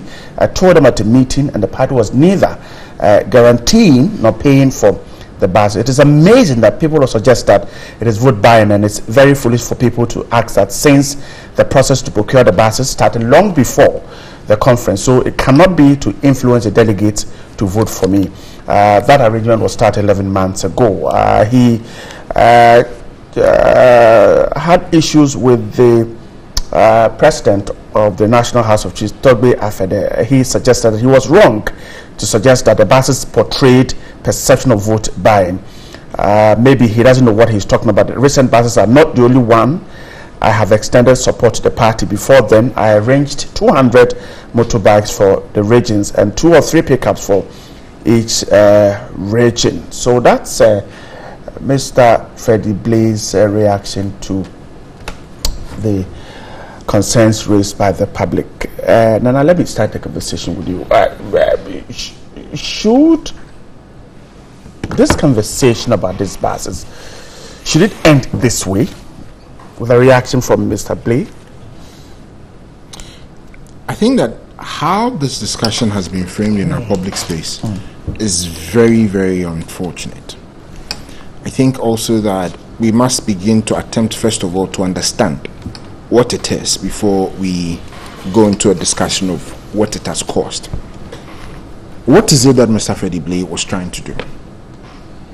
First of all, in our body politic, we've very often had discussions about whether the state should help fund political parties or not, because we understand the fact that funding of political parties does create a lot of room for corruption. How is this so? At the constituency level, and I mean, I know that Mr. Adekoka is a politician, and if you'll be honest, he would admit to it that, listen, various interest groups seek to fund political parties so that their private agenda will be executed after they have, helped these political parties at various levels within its organization and structure. What Mr. Freddie Blaze has sought to do is to ensure that some level of autonomy is given at the constituency level, to ensure that influence that is peddled by private interest is at least reduced, if not eliminated. How is he doing that? Let's be able to give them a means of earning revenue. So these buses have been procured, they've been put out there, they're supposed to work with it and pay back those monies. And whilst this is going on, at the constituency level, the revenues coming from the use of these buses can also be put to ensure that the running of the party at that level, at least, they have some basic financing, which together with party dues and others would create a certain sense of self-sufficiency. That is what this whole thing is about.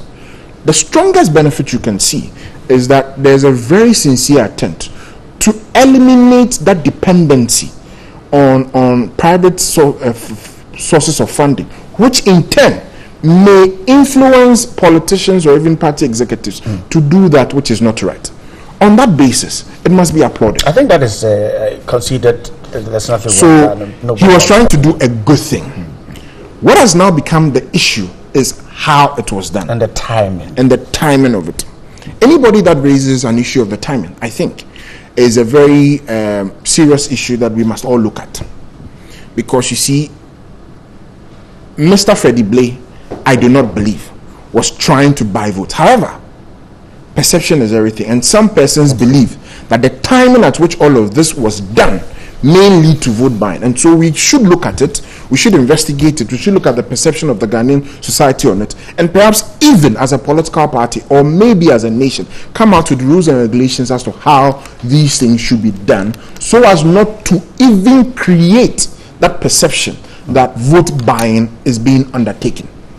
The other issue has got to do with the funding or the financing of this project. Some persons have sought to suggest that Mr. Freddie Blaze could not have, in his personal capacity, raised the funding required for this 275 buses. I think that those that do that are being unfair to Mr. Freddie Blay. He's a businessman of a very long-standing, record. He's also a lawyer who has so many years experience at the bar and has a very well-doing law firm that is continuing to flourish in these current times. Is it that he took money and went to buy these buses? No. He made a down payment and asked the bank to help him in its capacity. If in doing that, he has put the liability on any state institution unfairly, definitely, of course, let us go ahead and investigate. And I'm very happy that, in Ghana, we have gotten to that point where we all acknowledge that for investigations to be carried out, there must be the establishment of a prima facie case. So if anybody at all has any evidence whatsoever that some wrongdoing has been done, then of course I would be the first person to support a call for the investigation or whatever of Mr. Freddie Blay for the activities that have gone on. However, what we have seen on the part of the minority, for instance, is nothing but acts of suspicion. And again, like I have said, speculation. He is a chairman of the board of GNPC. Notwithstanding what he has achieved in his private life, as a lawyer, as a businessman, as all others, just because he is a chairman of a board of directors for GNPC, some wrongdoing must have gone on. And so on that basis, the entire minority, at least through its spokesperson, is issuing a call and seeking to back it, that yes, we have no evidence whatsoever that wrongdoing has gone on, but he's a chairman of GNPC. So let's all speculate and go ahead and, on the basis of that speculation, institute an investigation. I'm not going to sit here and say that that should be done or not done, but I'm just saying and underlining the fact that all of these accusations of corruption are based on nothing but mere speculation. Moving forward, Mr. Freddie Blay has been honest. He's spoken to these matters. Mrs. Ameyoko has also spoken to these matters. Unfortunately, when some of these discussions are held within the media space, sometimes what you find out is that various other interpretations other than what was being communicated is put on it. And so some persons tend to see contradictions where I don't think there is any. However, I am saying that we all need to acknowledge the fact that what he sought to do, first of all, was a very good thing that will at least contribute in ensuring that corruption is reduced, at least at that level of political party organization. And we must applaud him for that. The method and the timing, as we have identified here today, is a problem. And as a political party, the NPP needs to look at it and find ways and means of ensuring that we institute rules and regulations that do not lead us into these crises anytime in the future. I would also encourage other political parties and perhaps even a relook at the political parties law to ensure that these things are set in stone and we do not have these perceptions coming out of it again. To those calls that are, or to those who are calling for investigations and others, I'll be very happy that they lay evidence that, takes based on this. Yes, takes it beyond reasonable that they are not just seeking to take political advantage of what exists as a speculation or a suspicion. If not, then let us be fair to ourselves and be fair to our integrity, and let us not introduce some, for lack of a better word, I'm struggling not to use the word baseless, methods that would ensure that, look, I can get up tomorrow and say, you are a host at TV3. I do not understand why you are wearing a suit. Just because you are a host at TV3, I don't understand why you should wear a suit, and so we should investigate you. You remember during the ANAS investigation, the ANAS investigation, for instance, one of the issues that came up from one of the members of our party was that ANAS, as a journalist, should not have some of the properties that he had. And I felt that that was a little bit unfair. And it is the same thing that today is being peddled. And I'm shocked by the minority in Parliament. Mr. Adekokas, the man has reacted to it. Perhaps it answers the questions that are being asked. No. Mr. Blay's reaction. No, and a big no. We politicians sometimes put ourselves in situations where the electorate looks at us and think there's some largesse somewhere that the moment you become a politician, you have the capability or the chances of of getting. Mr. Blame, when he was acting national chairman of the New Patriotic Party, Prudential Bank was on their neck. At that moment of time, he didn't have the so-called financial engineering or the magic wand as an acting chairman to ensure that that money was paid. Was a loan contracted by MPP? I'm coming. I'm saying that. Said the facts. I'm saying that the loan was contracted by the MPP. Are you sure? Or was contracted by who? An individual? Or It's what? on record. It is on record. An individual contracted it. I am saying that. Please, let me finish. If you want to clear who contracted you, I'll give you a chance to. Please go ahead. I'm talking about the ingenuity of Mr. Blay as an acting chairman.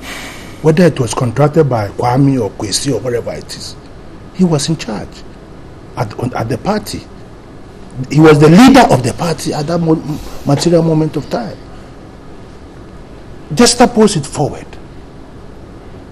1.5 years along the line, this same gentleman has got the magic wand to be able to do what is said to have done. And when people are put into strict proof, what does he insults them? Foolish, nonsense, silly. A whole chief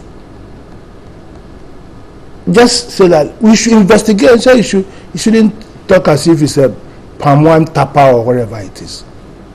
The arrogance. Is that what you said? Oh, read it. Go and read it. The arrogance. You see what money can make, and we are saying there's something called humility and morality. That's what we are talking about. Shouldn't the people provide the evidence that Kofi Nana Damoy is talking about? You see, when you're in a certain position, right, and things like this happen, I'm not supposed to provide the evidence. You have to tell me how you did it. And people are claiming, people are saying that you said you put $3 million down.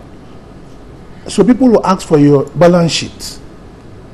If I want your balance sheet, you have to provide the balance sheet. This is what I did, and this is what I got my $3 million for. But if I say you've done something, I need to prove that this is... No, because we're in a position of trust. Okay. You're in a position of trust. So he should clear himself. You're in a position of that. Look, I said I've put $3 million down. This is my balance sheet. And that's it. But he gives you a balance sheet.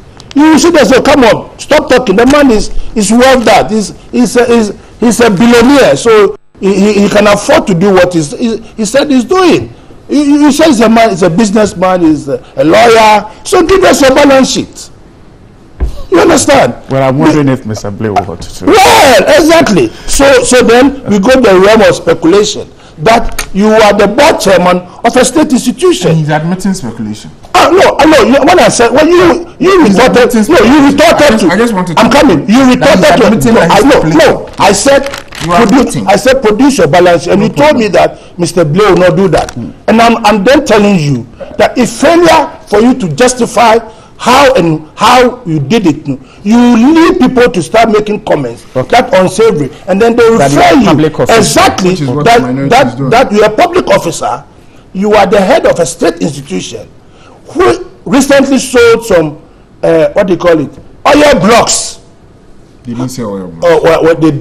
They tendered oil blocks or whatever. I saw in the papers. Whether so, let him tell us where he got his 3 million from. And that's what then we start speculating whether he sold oil blocks or he didn't sell oil blocks, whether GMPC took something. You understand? So that note, then John he got the vehicle, money to buy those vehicles. That was distribution to the chiefs. With vehicles. My V8 Land Cruiser vehicles that were distributing to the chiefs. Is that not why? I'm saying is that not why he was voted?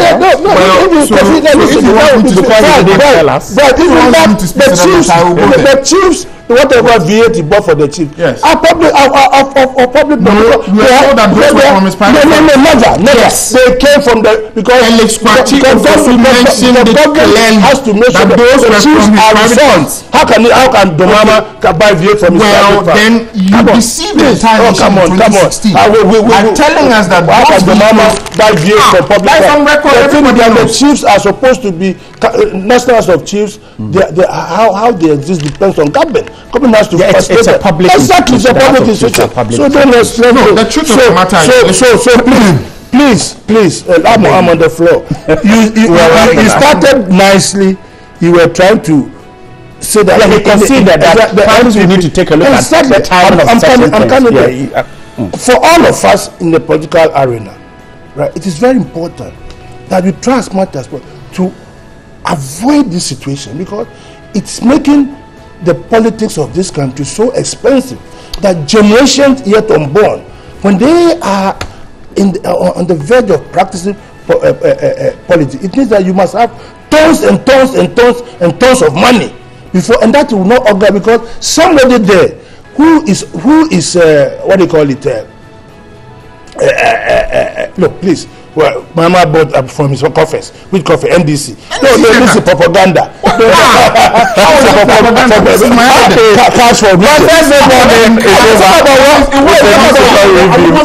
am so grateful you joined us from wherever you are. Mr. Adekoka is a Greater Accra chairman of the NDC. Nana Kosidamwa speaks for government.energy and is a member of the MPP's team. Gentlemen, I'm grateful for your Thursday morning. Have a wonderful weekend. For those of you watching, stay with us. There's more after this.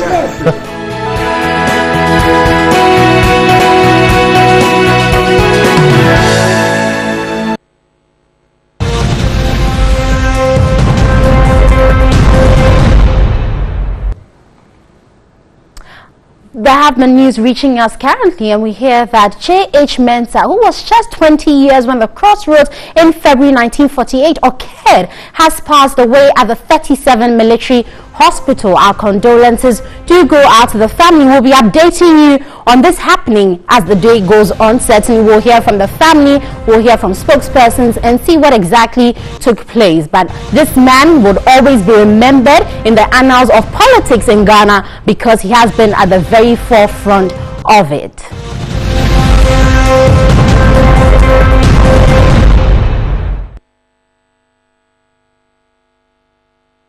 Well, yesterday we heard very good news because a human rights court had, taking away the suspension lifted of the ban on lawyer Francis Xavier Sosu, and he's joining us in studio to give us updates to that history. Good morning. Good morning. How are you doing? I'm doing very fantastic this morning. Great. I mean, the good news came out yesterday, and how was the feeling? Well, it was a very ecstatic feeling. I didn't know whether to cry, laugh, dance. It was just a kind of an emotional feeling because of all that went on before the suspension and then the period of suspension. And it was such an emotional feeling yesterday, but I would say I was really excited and grateful to God and at least our justice system for finally giving me an opportunity to take back my profession. Very well. Laura, let's go back a few years and a few months back, because things that led to this event started off with a particular case you were, dealing with, and the person then turned around to accuse you of dwindling and taking some of his money. And so for you, having been someone who set yourself aside to do these pro bono cases and help the people who were downtrodden, how did it make you feel that this was the highlight of your career? Well, I mean, surely I was a bit disappointed, and I was disappointed because there is always a legitimate expectation, from people you help. You would, if nothing at all, you would recall the story of Jesus, healing the 10 lepers and one coming back to say thank you. So there is always this expectation of some gratitude. It may not be the money or anything, but from people that you seek to assist or help. But it doesn't always happen that way, and that is where the disappointment, comes in. When the same people that you seek to help become the source of accusations and the source of maybe your downfall, or the source of the problems or challenges that you face in life or in your profession. So it was quite challenging to me to just realize that these are the same people that walk to you and cry and cry and cry, and in your attempt to assist them, then it becomes a different issue. But then again, it just confirmed what we were told in law school, that the people that you spend time doing pro bono for, they are the people who give you problems. In fact, our lecturers warn us over and over again, but except that when it is a calling and you think that, look, this is divine and you need to do it, the desire to seek justice, outweigh the fear of problems or difficulties or challenges that may become along that line.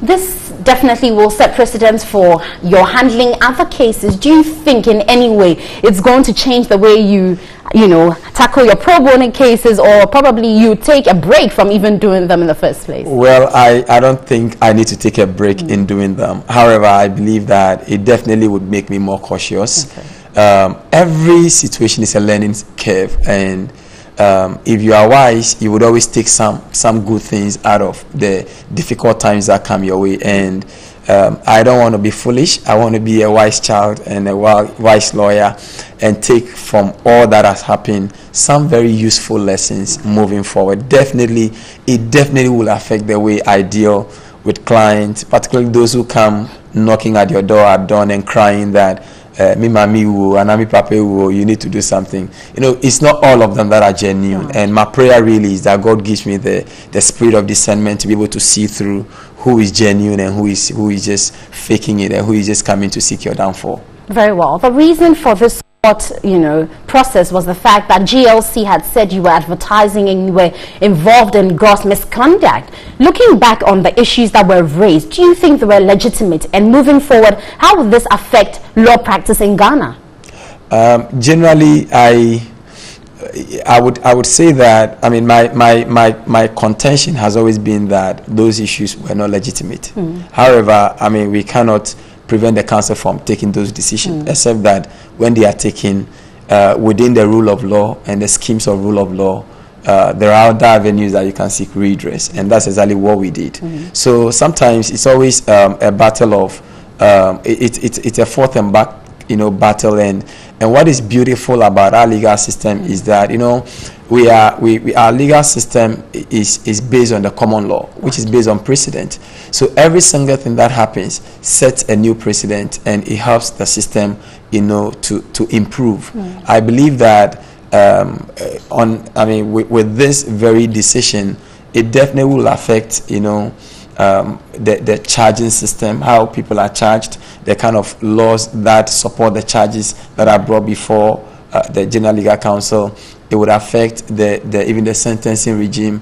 At what point can you impose a particular sentence, and would the sentence be supported by law or is not supported by law? These are very germane and very genuine issues of law that I believe would definitely assist, or will bring some progress in legal practice in Ghana. Very well. Finally, the law certainly has a face, a human face to it. And moving back into practice, how do you think this is going to affect your relationship with GLC? Oh, no, I think that I don't think it's going to affect it at all. I mean, I would continue to accord GLC the respect it is due. And I mean, the target is that, or the main issue is that we all must just learn to live within the remits of the law. Let's do what the law have asked us to do. Sometimes, all kinds of things can happen when you are practicing law, and honestly speaking, any practicing lawyer out there can give you a chronicle of issues that can come up as a result of your daily practice and your daily interaction with people.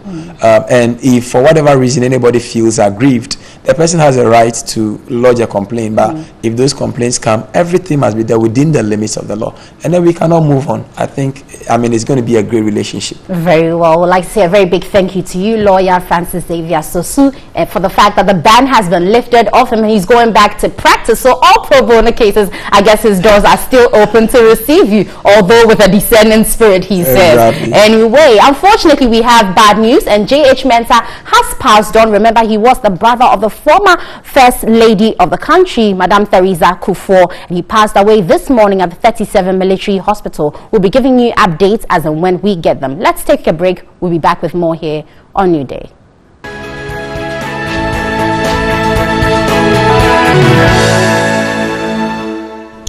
Let's now talk about Kelny GVG, and sure, it brings your mind about the development and the implementation of a common platform for traffic monitoring. We're talking about revenue assurance and then mobile money monitoring and fraud management. These are, I guess, what comes into mind. The contract, you know, has become the subject of controversy, and you know what's happening. Two citizens took the matter to court to stop the implementation of that deal, but the court has ruled otherwise. Now, what are the implications since once that the court has dismissed that injunction? How can the ordinary viewer understand the details of this very matter? My guest will let us know more about this. Mr. Franklin Kujo of Imani is here. Good morning. Good morning, Brad. Good to see you. Good to see you. Very good. Thank you. Thanks for joining us. Sure, the ruling will affect a lot of people, but what does it mean? Well, first of all, let's not forget that the substantive matter would be heard. Right. We certainly at Imani believe that the judge erred gravely because he had not taken into consideration the exhibits that the lawyers put out from the telecoms chamber. He relied on some representation from the telcos individually, but the telecoms chamber speaks for the chamber, so what speaks for the telcos. And I will just read just a 30-second paragraph, by the way. Right. In fact, in the exhibit that was added, the suit was amended and the exhibit was added, Mr. Kofi Bento, who is managing partner of Lex Praxis, which is a law firm which sued on behalf of the applicants, asked Mr. Ken Ashigbe, the CEO of Ghana Telecoms Chamber, a question. As a spokesperson for the telcos, are you able to assure the public and clients that the implementation of the common platform system as presently designed would not lead to any breaches of privacy? This is his answer. The common platform system as presently designed has the capability to breach customer privacy. However, with time, effort and collaboration between the telco engineers and the NC engineers, we might resolve the remaining challenges that certainly exist. That's his answer. That's the answer. Someone might say, because he says that with time, we might exhaust, probably amend. He actually uses the conditional term, we might. Which means that having capability is different from intent. In fact, what the judge ruled, and he said he's using the law. The law says you should not have the capability to monitor.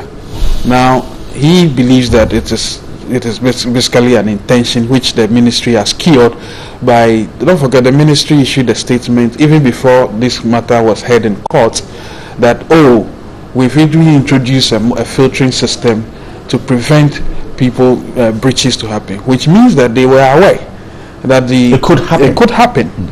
So privacy issues are serious matters. In other jurisdictions, far-seeing jurisdictions like the United States, the Supreme Court ruled by majority decision not long ago that privacy issues are not things to be toyed with at all. And so the slightest doubt, you need to make sure that you nip it in the bud before it becomes problematic.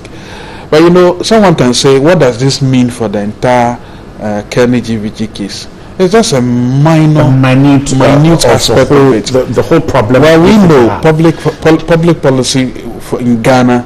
We know that politicians are always looking for ways to scam us and cook schemes. So their intent is to actually grab the money.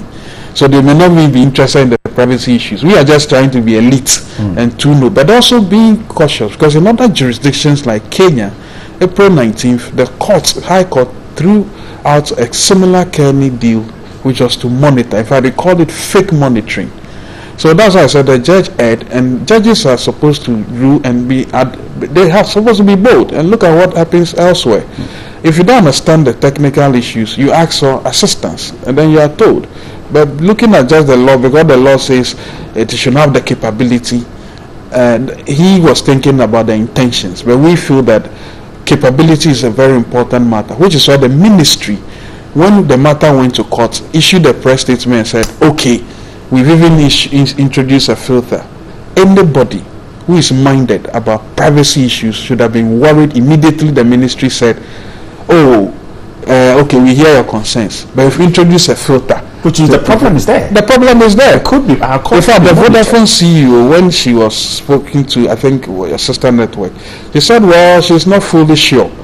And the telecoms chamber is saying that, look, a letter dated June 28th, that's an exhibit, said, look, we are not fully sure that this is likely to happen.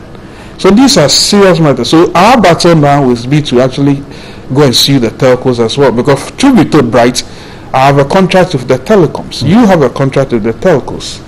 We don't have a contract with Faceless Kelly GVG. In fact, I've seen statements written by the minister suggesting that I'm insane and that I'm looking at the evidence. The funny thing is that, can I land on this one? But then she goes on to say that in a democracy we tolerate all sorts. What is funny is that these two characters, the minister and the deputy, who had worked with telcos before, couldn't prove that the telcos were stealing while they were working there. And I don't want to go personal, but they should tell us the circumstances under which they left their various jobs, because we know that as well. But it is funny that these two characters who have gone to cook such a deal, and which they would never have seen. Cabinet ministers never saw the deal until a good Samaritan raised it and brought it to us. Never had the faith in Ghanaians and the respect for the same democracy to produce the contract documents. And when they were asked in court, they said they'll spend 6 months locating the documents. Characters like this are not fit for the kinds of democracy we actually are dealing with. So they should be the last of persons to call people insane. I'll come back to you for us to take a look at, because if you take a look at what the court said, there are several issues. They claim, for instance, that the law will not allow government to monitor revenue from the telco. But let me do something quickly. We have Mr. Matsuku Fijuma, former member of parliament for Asqua.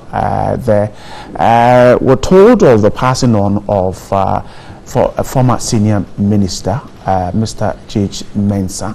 Mr. Kufijuma, good morning. Good morning. Grateful for your time with us. Can you confirm the news that we have just heard about the passing on of the former senior minister?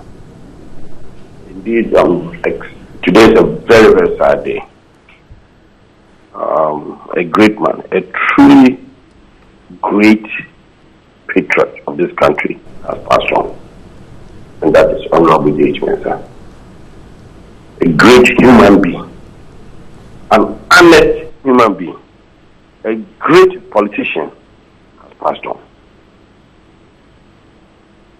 What can you tell us about him at the moment, the family, the party, official announcements be made? I'm not privy to that yet. I was called earlier this morning by a very close relative, and I haven't talked to any except one of the daughters, but it's too early in the day to be able to talk about that. We were told it happened at the 37th Military Hospital. Yes, he's been there for a while, but I think 2 or 3 days ago when we checked, the doctors were saying he was okay, and I don't know, he was okay about 2 or 3 days ago when we checked, yeah.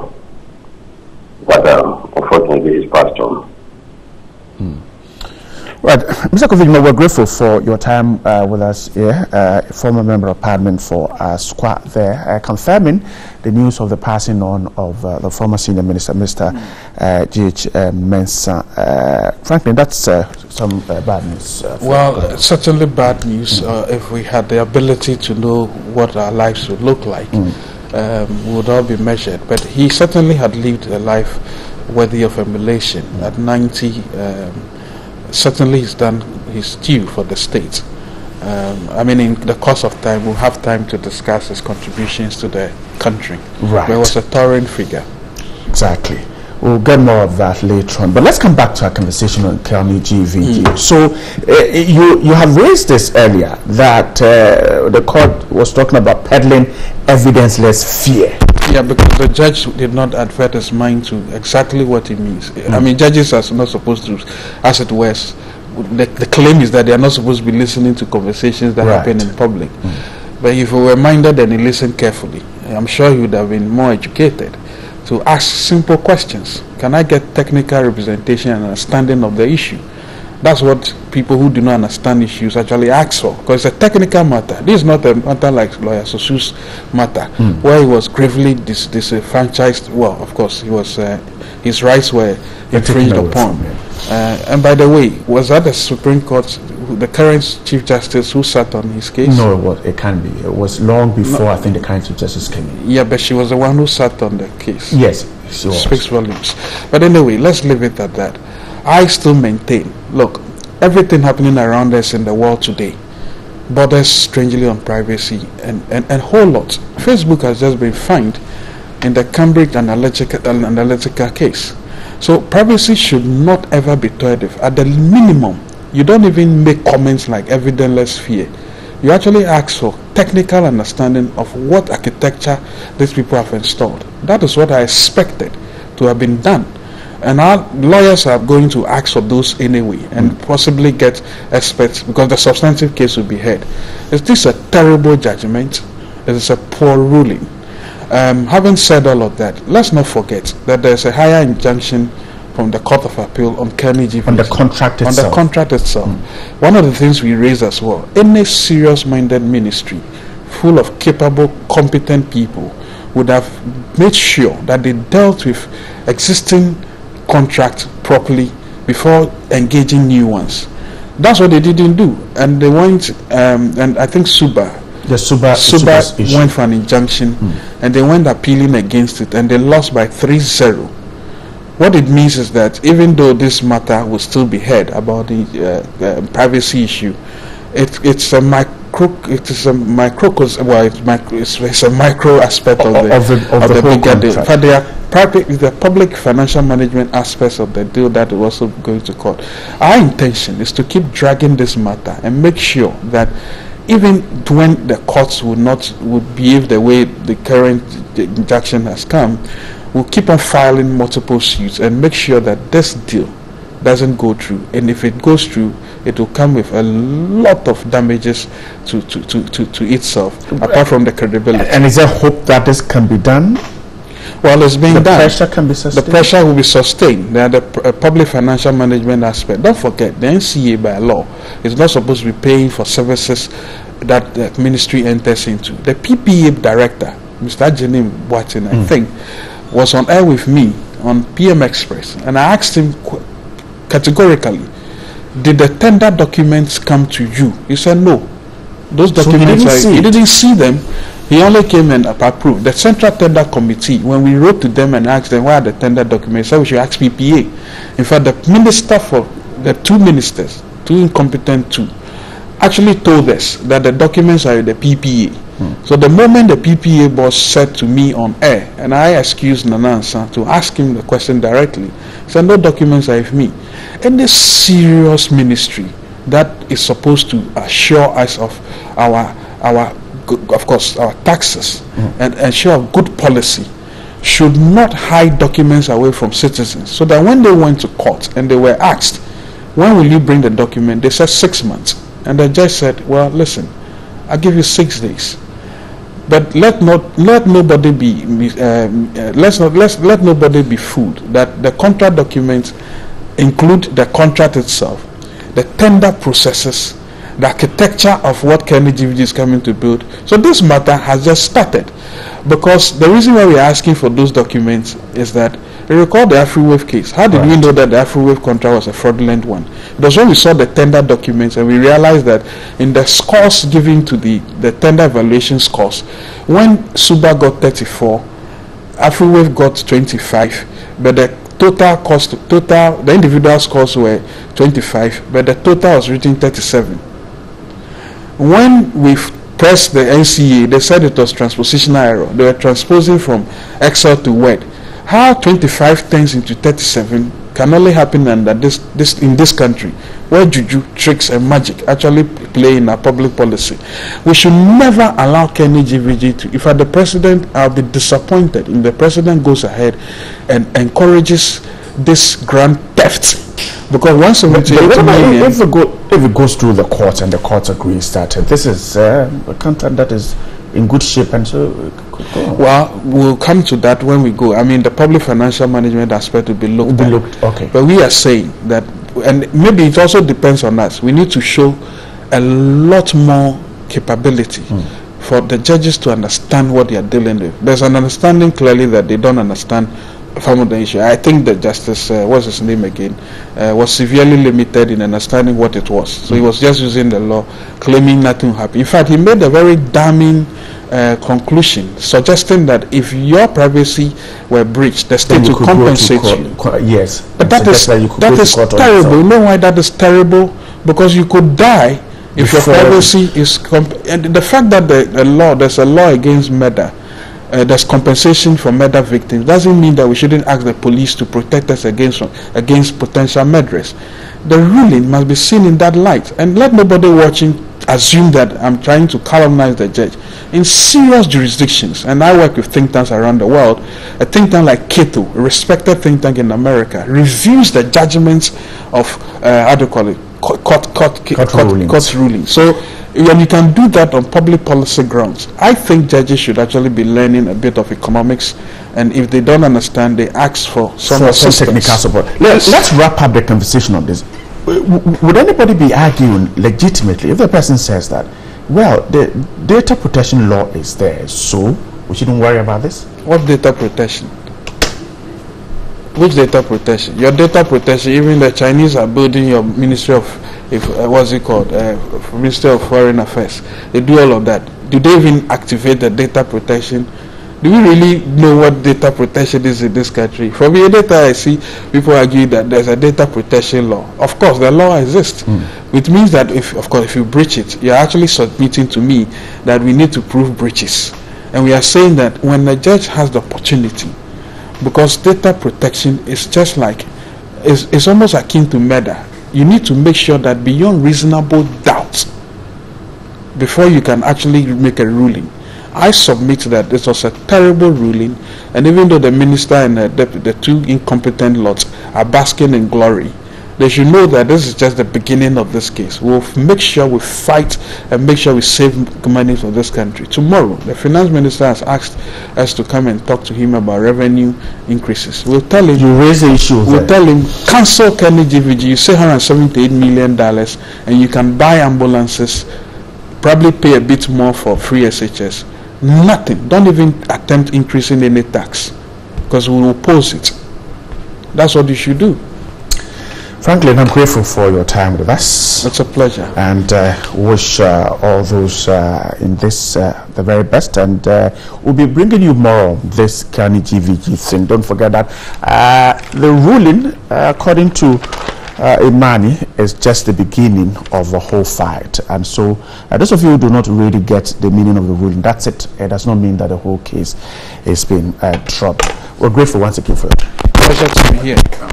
Right, now let's get back to veteran politician and elder statesman, Mr. Joseph Henry Mensah, who is reported to have died at age 89. The Gold Coaster, born on October 31, 1928, and a founding member of the NPP, reportedly died at the 37 Military Hospital, where he had been on admission for some time. Now, Mr. Mensah served in various ministerial positions under the different governments as a leading economist. He was the brother of Mrs. Theresa Kufuor, wife of former President John H. Kufuor, under whose government he served as a senior minister. Mr. J.H. Mensah attended the University of Gold Coast, now University of Ghana, between 48 and 54. He then headed to University of London, then Stanford University, where he earned both a bachelor's and master's degree with specialization in economic theory and development. Mensah, he passed on at 89 at the 37 Military Hospital. We're grateful for your time. Thanks so much for joining us. My name is Bright and I was here with Dr. Nana Martin. We'll be back tomorrow to wrap up the week. Have a good morning and be productive.